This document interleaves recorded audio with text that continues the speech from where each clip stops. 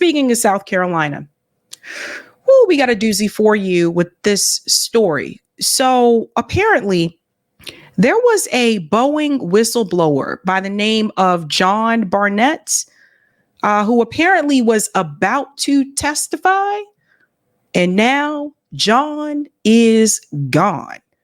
Let's go ahead and get into this story. And I'm going to tell you why this reminds me of another story about a journalist that published something in 1996 that I'll get into in just a second. But John is gone. This is crazy. Talk about an incredible story developing overnight. Questions now swirling around the death of Boeing whistleblower John Barnett. He was a safety and quality control manager for Boeing for decades, who became one of the most vocal whistleblowers against that company. Police say he died in South Carolina after he had reportedly been testifying in a deposition as part of a major lawsuit against his former employer. Nick's here with the very latest in the story. Nick, he was set to appear for even more questioning that same day he was found dead. Timing is suspicious here. Timing is suspicious, Marky, and it remains an active investigation. Barnett was in Charleston to testify against Boeing as part of a class action lawsuit. The Charleston County Coroner's Office said Barnett died of a self-inflicted gunshot wound. By Saturday, when Barnett didn't show up for questioning, police went looking for him. Police say... Pause here. Hold on to that part there where they said self-inflicted. Hold on to that part. The 62-year-old was found in his truck outside of his hotel.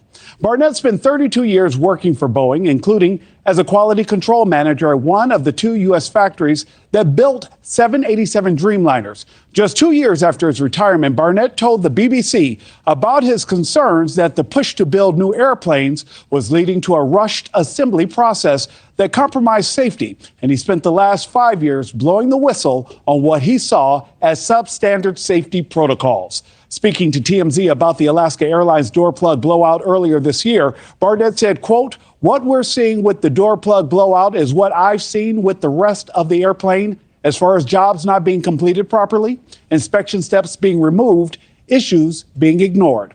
Another Boeing employee turned whistleblower, Ed Pearson, told News Nation's Connell McShane an almost identical story about his time at Boeing. Mm-hmm. I started seeing a lot of problems in the factory. This was in 2018, and we just saw a deterioration of quality. And meanwhile, the airplanes are being rushed out the door. There's huge pressure from corporate headquarters to get these planes out the door. And employees are tired, they're fatigued, they're making mistakes. There's not enough of them, parts issues, all kinds of issues. It was absolute chaos. Pause there for a second. He brings up a labor issue, and I want to talk about the connection here to corporate greed, right, and corruption. Why were the employees tired? Because they were overworked. So instead of hiring more people to meet the timeline for those planes to actually go out the door, Boeing decided to save money by actually just having fewer people. Now, we see companies do this all the time. So they overwork the workers that they have in order to save some type of money, because you hire new employees, that means that's more people you have to give benefits to. It's just the reality. So there's what your salary is, and then there's what they call the compensation package. The compensation package includes your healthcare benefits, your dental, your paid time off, et cetera. All that stuff lumped in together is a compensation package, which does cost the company money. So first problem is overworking employees, right? Okay. So this is another way that capitalists, particularly that billionaire class, exploit the workers, overworking the people you have instead of hiring more people so that the workers that you have can all have a decent amount of time off and they can get more rest. So that's one problem. The other thing, failing safety inspections and still rushing these planes out the door. That's all about greed and profit. Oh, who cares if these inspections don't pass? We got money to make here. Let's get these planes out the door. This all goes back to capitalism and corrupt systems that we have, not just in this country, but in the entire world. So I just wanted to point that out. absolute chaos. Barnett's death comes as additional reporting from the New York Times claims the FAA found dozens of issues throughout the manufacturing process during a recent audit. The Times reports the FAA reviewed 89 separate aspects of the process, and Boeing failed 33 of them, including a mechanic allegedly using a hotel room key to check a door seal and another using Dawn dish soap marquee to a door seal as lubricant. In a statement, Boeing said they were saddened by Barnett's passing and offered condolences to his family and friends. Police tell News Nation the events leading up to Barnett's death are part of an active investigation. Marky? Yeah, something just not adding up here. Hopefully we learn more in the coming days. Nick, thank you for those updates. Thanks. Yeah, something not adding up, of course. Why would someone who was a whistleblower and has been providing information over the past 5 years, why would they just decide to end it all? Hold on to that thought. Hold on to that. We're going to go into a little bit more detail here because The Guardian also talked about this. By the way, for those who are not aware, I lived in South Carolina before. Boeing is one of the biggest employers in the state of South Carolina. So just keep that in mind as well here.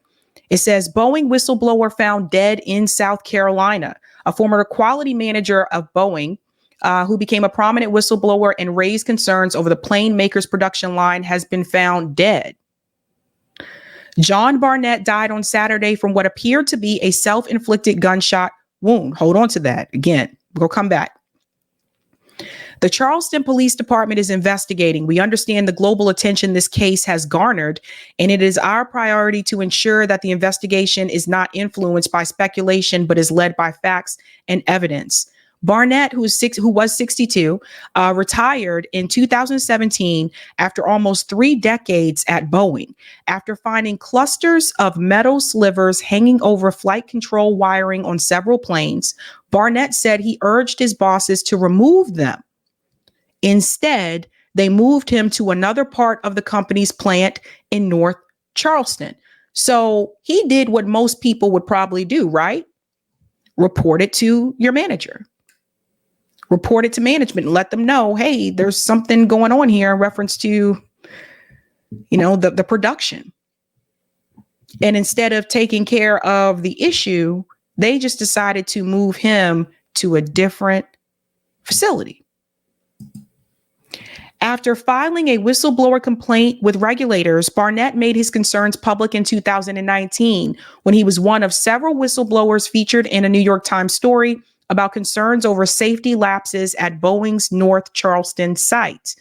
Boeing pushed back against his accounts. We are saddened by Mr. Barnett's passing and our thoughts are with his family and friends, the company said on Tuesday. Boeing is now grappling with its biggest safety crisis since the crashes of 2 of its 737 MAX 8 jets in 2018 and 2019, in which 346 people were killed. So 2018, 2019, you would think that after 346 people were killed because of failed production, not passing these inspections, you would think that would have pushed the company to do things the right way. But no, it didn't. You know why? Because of greed. Money and profit is more important than those people's lives. Sick place we live in. A brand new 737 MAX 9 jet was forced into an emergency landing in January after a cabin panel blowout during an Alaska Airlines flight. Regulators grounded 171 MAX 9 aircraft for several weeks and are still inspecting the plane maker's production line. Boeing CEO Dave Calhoun has acknowledged the company faces a serious challenge to win back the confidence of officials and airlines. Earlier this month, however, Jennifer Hamendi, chair of the National Transportation Safety Board, revealed that Boeing had declined to tell investigators who worked on the door plug that blew off during the Alaska flight. and had yet to provide documentation about a repair job that included removing and reinstalling the panel. It's absurd that 2 months later, we don't have that. Without that information, that raises concerns about the quality assurance, quality management, and safety management systems at Boeing, which is exactly what John Barnett was trying to explain. The company later stressed it had deep respect for the agency. We have now provided a full list of individuals on the 737 door team in response to a recent request.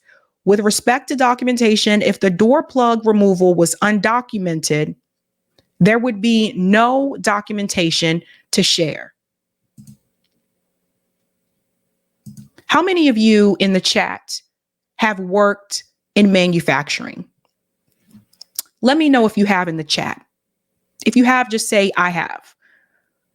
Because if you have, I'm pretty sure you know that there are certain procedures and protocols that have to be followed, whether you're working at Boeing or you're working for, even at like a brewery, to be honest with you. There's certain things that, certain checks and protocols that have to be done. Quality checks, right? Oh, I see a couple of you have. The Lion's Den, Joseph. Carl says, I was manufacturing adjacent. Robert says, I have in quality. Okay, a bunch of you. Fiery says, yes, muchly. All ones the same said, I have. Safety is no accident. Jose used to work in Sanford Corps in Illinois. Grassy Knoll, Boeing is a major military contractor. Yes, it is. Math Fun Games, I have. Okay, Chonktown have. Okay, so a lot of you have worked in, there's a lot of you, there's so many to go through, have worked in manufacturing. So you know what needs to be done, right? Okay. Let me show you the timeline of how things actually panned out. And shout out to Dr. Frenzer for sharing this on Twitter. We'll start at the bottom because that's the way it starts the timelines. Let's start with January 5th. On January 5th, Alaska 737 MAX 9 explosive decompression. January 6th, United to inspect 737 MAX 9's after panel incident. January 19th, Atlas Air 747-8 in-flight fire from Miami. This is all just in the month of January. January 24th, Delta 757 nose wheel loss in Atlanta. Then we jump to March. March 6th, United Boeing engine flames emergency landing. This is some crazy stuff. Guys, March 7th, United 777 loses tire, damages cars, San Francisco. Like, this is serious. March 7th, another one, Alaska flight cabin fumes returns to Portland. March 8th, United 737 MAX 8 gear failure, Houston landing. Another one on March 8th. This was on my birthday. Alaska flight, open cargo door amid lawsuit. March 11th, Boeing 787 injuries, 50 in sudden drop, Sydney. And also March 11th, Boeing whistleblower found dead.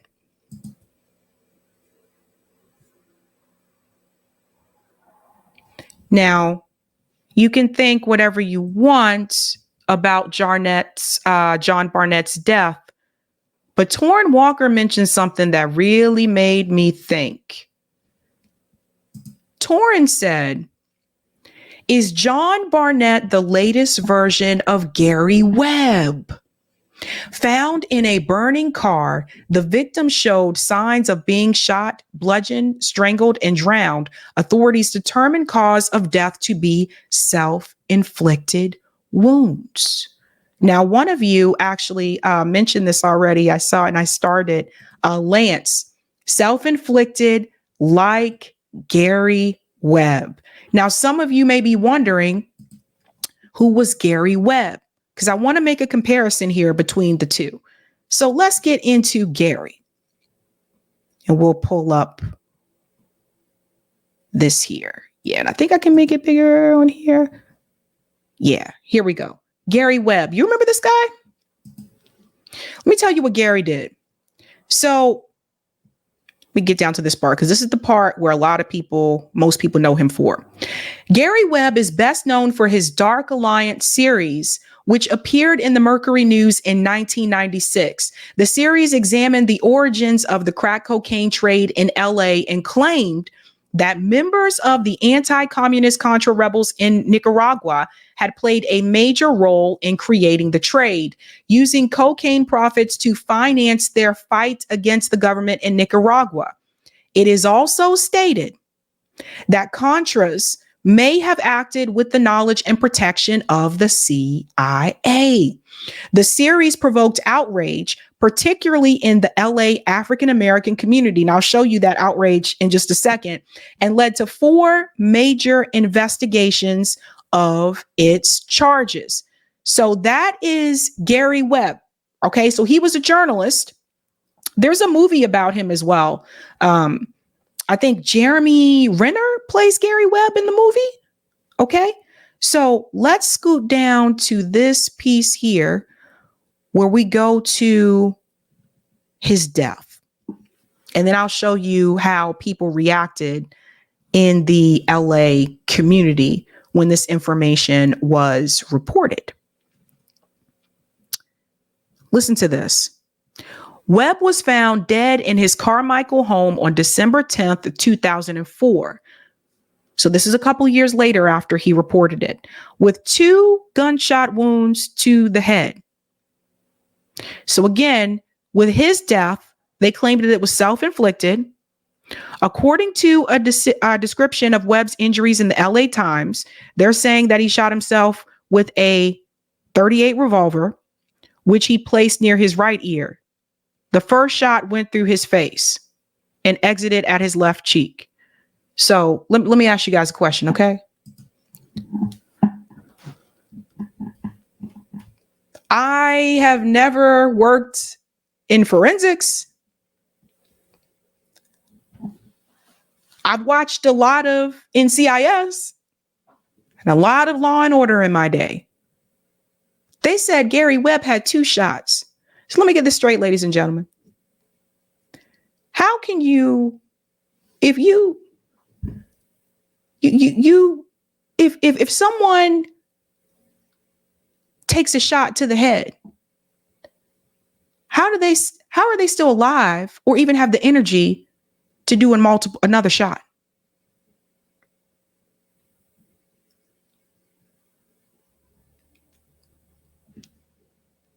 I watched a lot of Law and Order. I don't know, but it didn't make sense to me. Didn't make sense to me. And John Barnett's doesn't make sense to me either. Doesn't make sense.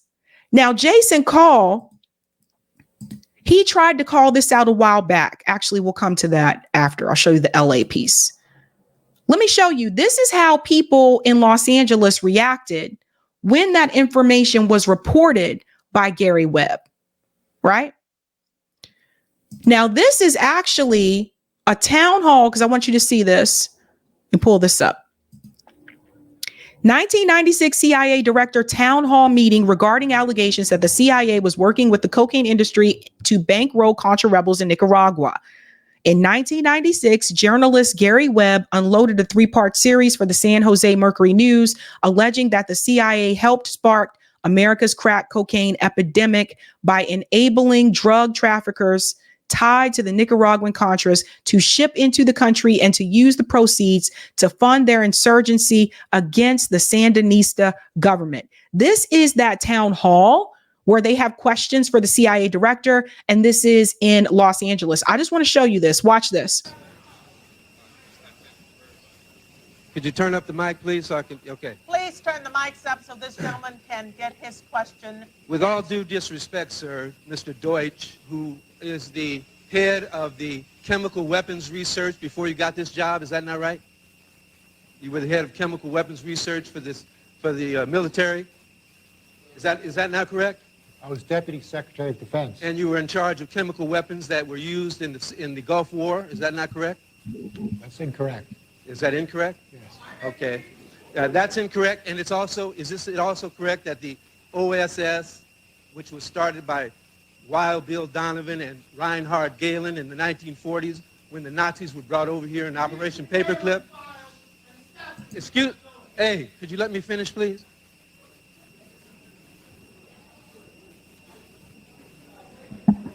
You see, you coming in this community today in this way is nothing more than a public relations move for the white people of this country, because you know as well as everyone else that the CIA has been dealing drugs throughout the world and bringing drugs into this country since Vietnam's war. You brought them in here in body bags. You were in the Golden Triangle. So you're going to come in this community and insult us and tell us that you're going to investigate yourself? You got to be crazy.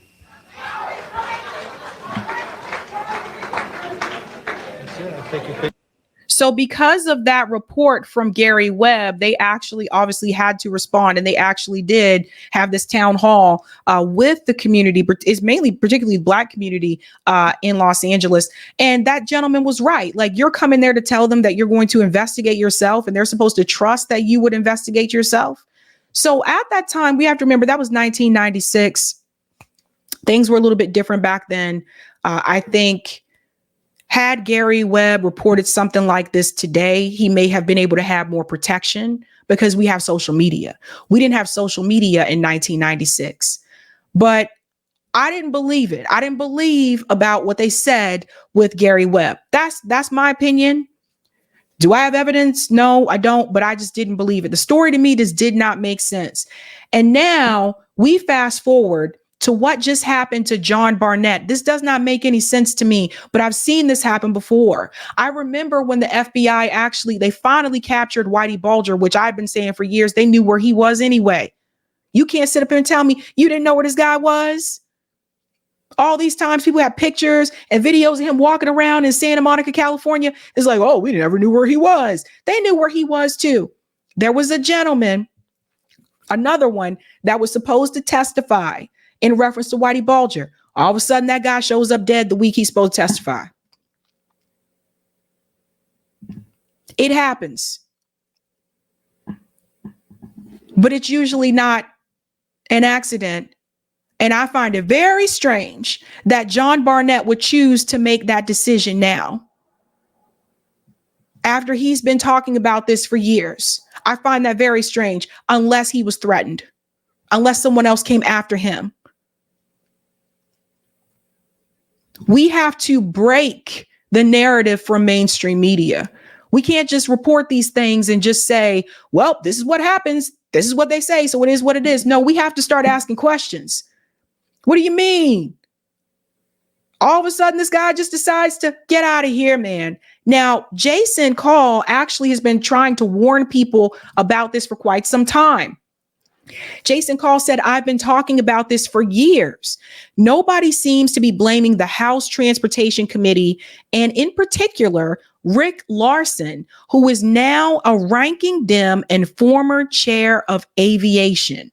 That's the oversight committee, and they take industry money. Jason Call is running against Rick Larsen, not as a Democrat. He's running against him as a Green. So you see, guys, this all goes back to money, corruption, greed, all a part of a capitalist system. If they were not overworking the workers in the first damn place, do you think they would have failed all those safety inspections? Do you think they would have had those issues? Probably not. When you're tired and you're overworked, you're likely to mess things up or make mistakes. So there's that. There's the labor issue. Then there's the money and the greed issue, the demands that you had to get these planes out as quickly as possible. Who's the demand coming from? And you got to remember, Boeing's also part of the military industrial complex. So there's that too. It's all connected. It's all corrupt. And so if Jason is telling you that Rick Larsen, who's a ranking Democrat and he's former chair of aviation, he was a part of all this as well. So just as Boeing is coming under fire, Rick Larsen also needs to come under fire. But at the same time, the oversight committee also needs to come under fire.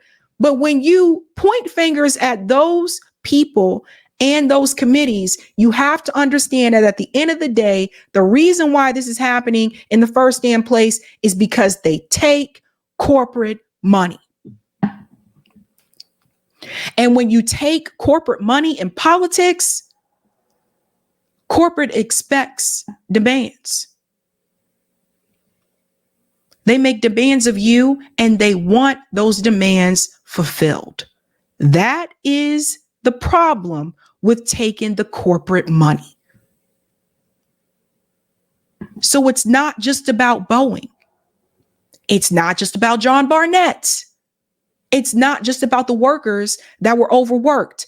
It's about the fact that the people that were in charge of all this, the House Transportation Committee, is taking industry money, was taking industry money, continues to take industry money. And that is why Boeing was able to get away with this for so long. You have to get the money out. Now, Boeing is just one that was caught. How many more are there? How many other companies, how many other facilities are skating by protocols, overlooking failed safety inspections just to make a buck? Reminds you of the trains, doesn't it? Reminds you of Norfolk Southern, how those trains also weren't properly functioning.